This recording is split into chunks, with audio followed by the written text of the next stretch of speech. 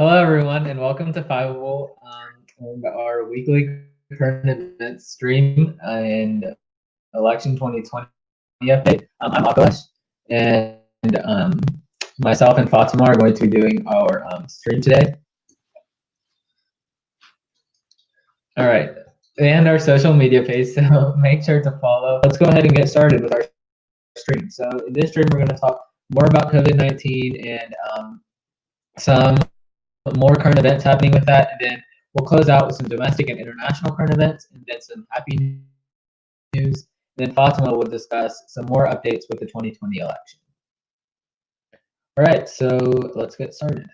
The first thing that we want to talk about is this huge economic relief law and stimulus bill that has been passed. This week we'll start the official implementation of this $2.2 trillion bill. The initial payments to Americans are expected to be seamless, just because those that have filed information with the IRS are the ones that are going to be receiving that money first. And so they're expected to receive a quick turnaround. However, the problem with this is that a lot of those people might not need the money, whereas the people that really do need the money might not even have access to financial institutions. So that's kind of the problem that the government is facing as to how they get money out to all citizens.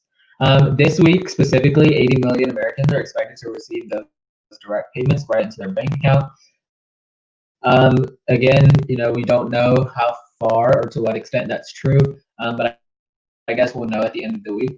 Again, if you want more information as to how much you would get, especially if you are a college student, which that's like a unique situation, or how much like your family would get, there are like calculators online with several news sites where you could just enter your family income information and stuff like that, and then you should be able to calculate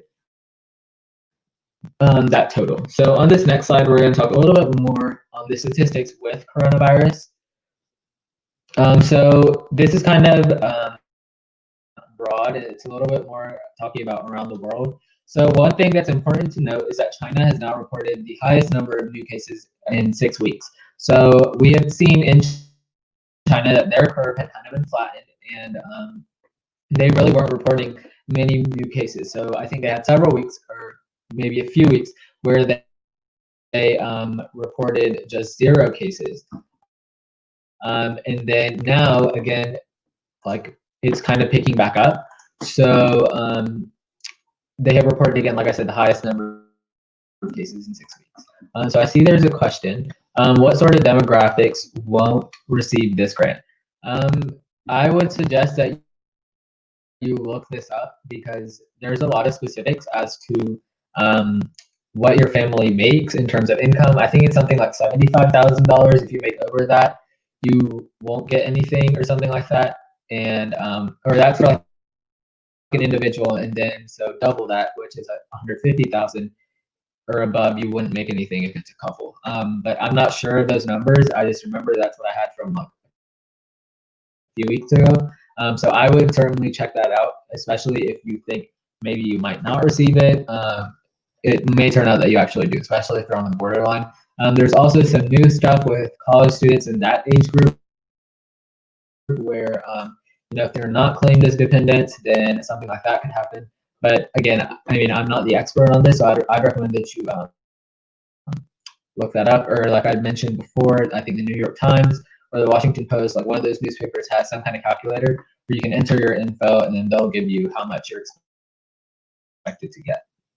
So continue with this slide. The death rate in Italy, Spain, and France seems to be going down. So this is super important, especially in terms of European relations and what's happening over there. Those 3 countries have been significantly affected and were the worst off in Europe, especially Italy.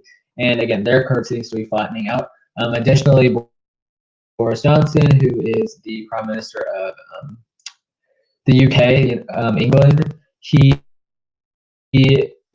still is in the hospital for coronavirus. However, he does seem to be recovering. So that's good. One thing that you really want to think about, whether it be related to AP/Gov or just like, I don't know, in general, when a country's leader is diagnosed with a disease like this, it can be detrimental to the economy. Like, rapid impacts, if you think about that, because the president, or like in our case, the president is like the major official, right? He's the one that you get all your information from, or I mean, maybe you shouldn't be like necessarily, but that's who you see the most on the media. And if the president just comes out and says, I have coronavirus, sometimes, that's not really the best decision. So that's why they try to really make sure that those officials are isolated and don't get exposure to coronavirus, because if they do, that can mean effects on a lot of different groups, not just the president and his close circle. Additionally, just in terms of global statistics, there have been 118,000 deaths globally, and there are a total of almost 2 million cases now in the world of coronavirus. Again, specifically, now moving to the United States, we have surpassed Italy as a country with the highest number of COVID-19 deaths. Additionally, I believe like last week or the week before, we surpassed them as the most cases, or with the most cases. So I mean, I guess we're winning, but it's not a great thing. There were 22,000 cases reported today, so as of today, and then 22,000 deaths reported today. Or that's how many we've had up till today, I think. And then 554,000 cases is the total number of cases, so that includes like recoveries.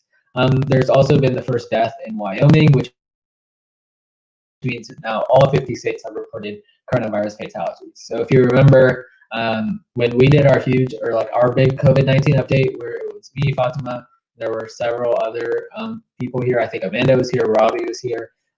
We were talking about just then coronavirus getting to all of the states. So just coronavirus cases, and I believe West Virginia was the last state to report a case.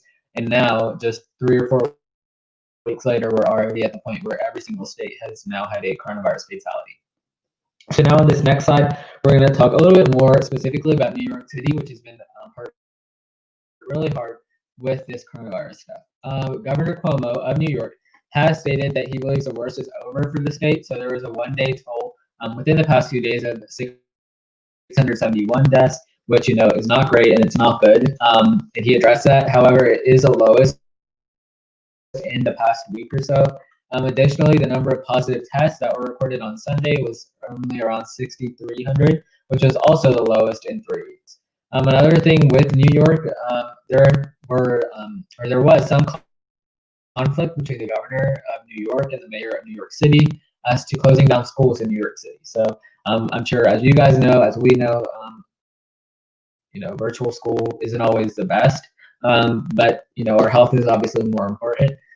Bill de Blasio, he closed schools, or he said he closed schools, and then Governor Cuomo came out and was like, no, we're not closing till the end of the year yet. I have that power. And they're kind of just fighting and bickering, and then that kind of leads to a lot of confusion in terms of what's actually happening. So I'll talk about later on. In terms of stay-at-home orders, that can be a problem too, especially like, let's say you live in one state and work in another. So that's where you'll see there can always be conflict between officials at different levels of government. So here you can see there's a conflict between a state official and a local official, and they're basically battling it out to see who has the authority or who has the power.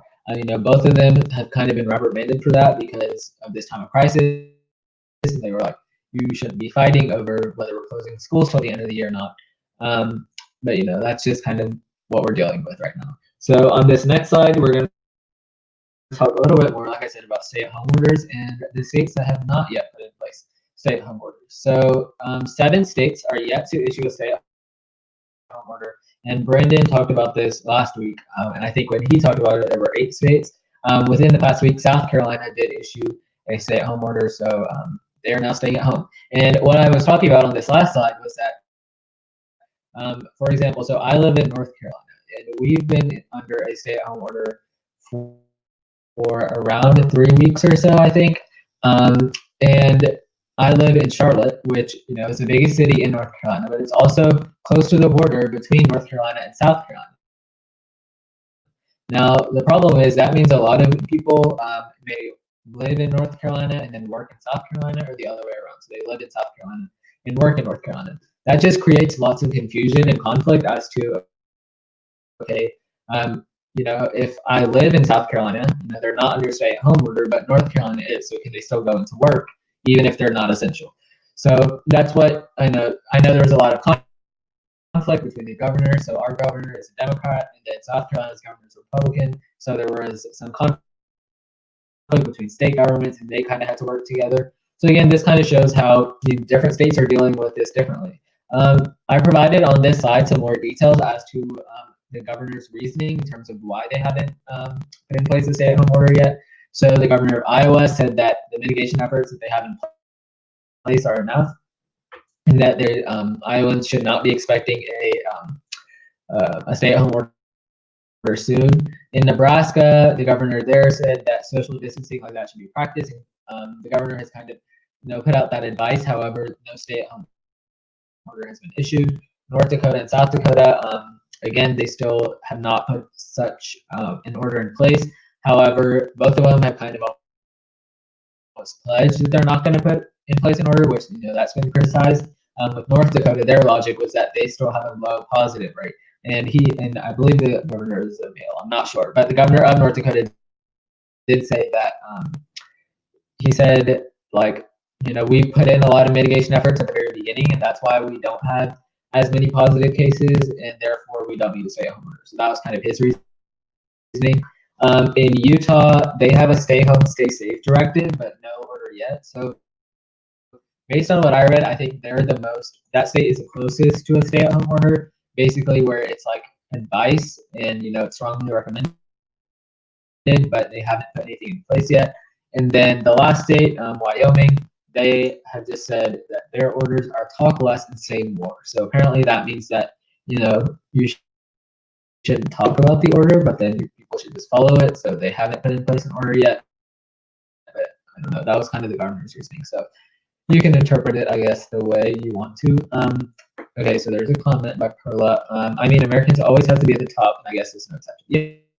Yes, I guess that is the logic. So that's the other thing. So always practice social distancing and stuff. So we're not at the top for once. In terms of other domestic and international events, there have been several instances of racism against Africans in China. This was really interesting to me because I'd never heard of this yet happening in China because of coronavirus. Obviously you hear of racism happening in different countries, especially in Asian countries towards other groups, but I hadn't heard of this happening because of coronavirus. Supposedly, as we saw, they're having a second wave of coronavirus that's not as bad, but it's still impacting people. However, there have been many African nationals that are being evicted and they find themselves homeless because supposedly Chinese nationals are not even allowing them to stay in their homes. And apparently this is because of travel, and they've traveled to China. This has just caused more breakdown in terms of the relationships between African countries and China, which was slowly improving previously. So I believe the officials from Zimbabwe have condemned these actions in the embassy there. But this is, we're still this is a new and developing story, so I'm not sure where this is going to go. However, I'm sure there will be some action from several African countries in terms of what their plan of action will be. Several African countries have now called for Chinese nationals to be evicted, Chinese nationals that live in Africa or African countries. So again, this is a developing story, so kind of keep an eye on this and what this entails. The other thing I thought this was interesting, people are dressing up as ghosts to spook people off the streets in Indonesia. So that top picture you can see on the slide, I guess those are the ghosts. And, they just sit on park benches and everyone's like, oh no, and they leave. So that's kind of what's happening in Indonesia. In India, they have closed their railways for the first time in 167 years. So I thought that was really interesting in terms of how long they've gone without having a shutdown. And those trains are actually being turned into hospitals. So I believe 125 trains have now been turned into makeshift hospitals where people can access, a hospital, especially if they can't afford it. So on this next slide, I believe we're going to talk a little bit more about CDC regulations in terms of masks.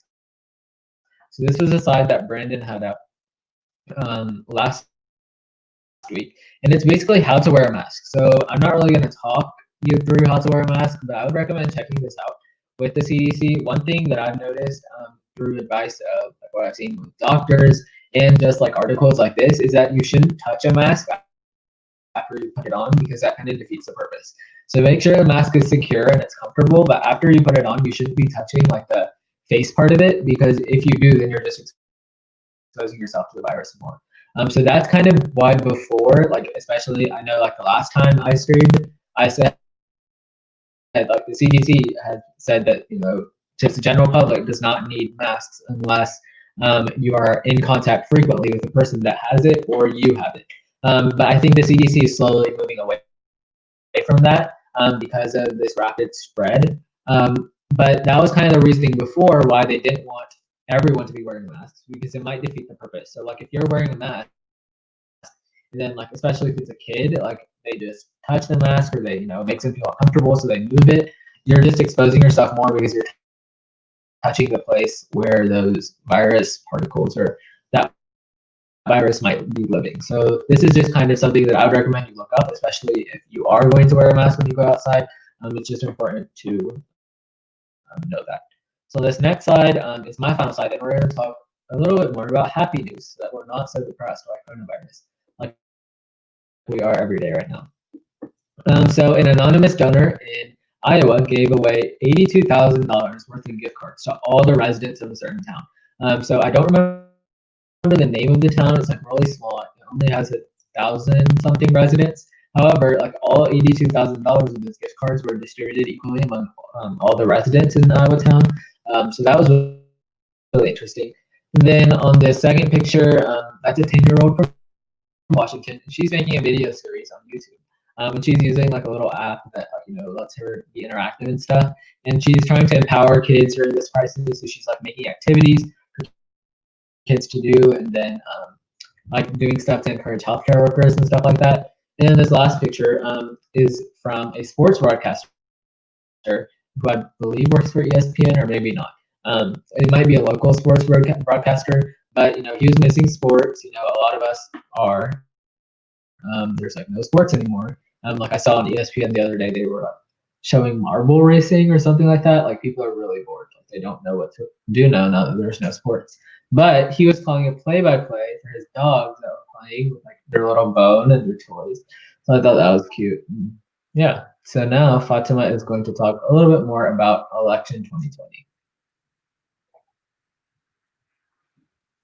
Okay, so there's obviously been like a lot happening in terms of like the 2020 election that happened before the pandemic like became a pandemic and like consumed the news cycle.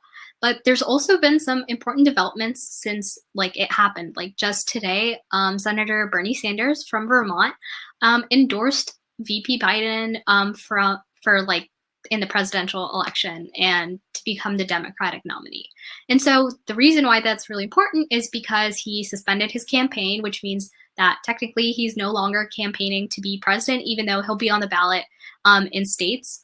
And so the reason why he's still going to be on the ballot is because he wants Senator Sanders like has the intention to gather enough delegates to have more influence over the Democratic Party's platform when like the actual Democratic convention happens. And so in endorsing Joe Biden, the two also announced that they're going to form a series of task forces to have like more consensus on policy matters. And so the 6 different issues that those task forces are going to focus on are the economy, education, criminal justice, immigration, climate change, and healthcare. And so that's really important because right now, like the Democratic Party in terms of like people who are generally supporting Bernie Sanders versus people who are generally supporting Joe Biden, there's a lot of like different policy arguments or debates that are happening on which like should be supported. So this sort of seems like a way for them to like actually unify that entire base and like actually be able to defeat Trump. And so in like that spirit of like compromise, Joe Biden said that he would support a $15 minimum wage when Bernie Sanders asked him like whether or not he would support that. And so this like sort of seems to be like them trying to work towards like making sure that the Democratic base doesn't turn into like something that happened in 2016. So there's not like a lot of people that are deciding to stay home and not vote in November just because Bernie Sanders isn't the nominee. And so even though like there's obviously like a lot of differences when it comes to who is supporting Bernie Sanders and Joe Biden, this is just like a step towards making sure that like the two sides are able to like reconcile and consolidate the Democratic vote. But on that note, there's also been an election that happened just like last week. So Wisconsin went forward and had its like election this year. And so Milwaukee, which usually has 180 polling sites, only had 5 of those sites because the rest of them closed down because poll workers didn't want to like go to work in the middle of a pandemic. And so even though Governor Tony Evers tried to like make sure that the election was rescheduled and pushed back, the Supreme Court like said that the election would have to go forward. And so the reason why this is really problematic isn't just because this was an election that happened in the middle of a pandemic. It's also because there were 9,000 absentee ballots that weren't sent out. And that means that even though people requested them and they were supposed to be sent out, they never were. And many people, that's the wrong theirs, but a lot of people said that their absentee ballots never came. Sorry to everyone who's from AP Lang. I'm just clearly this was not the right theirs, but sometimes life happens. And so there's a lot of people that are trying to fix or like contest results or sue because the election wasn't really fair, right? So there are civic groups. Specifically, there's one case where the plaintiffs are named Crystal and Teron Edwards. And so they couldn't vote because even though they requested absentee ballots, those ballots didn't come. And so their family has members that are immunocompromised, like Mr. Teron Edwards is diabetic, and so another one of their kids has asthma. And so it would be really dangerous for them to go out during an election. And even though people were trying to follow like 6 feet distancing guidelines, that's like the risk of having a compromised immune system and going out to vote in this election. It was just like, it would be like making a decision between whether or not you want to vote or potentially whether or not you want to get a disease that has killed like thousands of people. And so this election was obviously very messy. And so we're still finding out results, but that's obviously like kind of problematic because a lot of people didn't get to participate in the election. There weren't as many polling sites. And so it was kind of a mess, to sum it all up. But at the same time, there's also improvements in elections that are happening, specifically through Reddit. This isn't directly to do with elections because Reddit does not have elections, but it's to do with the American political system because free speech is really important. And so advertising happens because it's like one of the dimensions of free speech. People are allowed to run political advertising. And so Reddit has decided that it's going to start publicly disclosing its political advertisers. And so how much money they pay the company is going to be like publicly available. And so they're going to include the advertiser, so like whoever is like paying this money, the amount of money they spent, and how they were trying to target people to like see their ad. And so all of this is going to be like public on a new Reddit channel. And so it's going to list campaign ads that go all the way back to January of last year, so 2019. And so they want to get this like page up and running before like the 2020 election, so people are able to like see how they're being targeted, like who is trying to target, what demographics, with what ads. Because in 2016, one of the things that we saw was that there was a lot of political advertising happening from like Russia and groups that were trying to just like sow discord and tension within like the American discourse. So this is like kind of an attempt for Reddit to like make public like what advertisers like are on their platform. And so it's also requiring these advertisers to like provide extra information to verify their identity.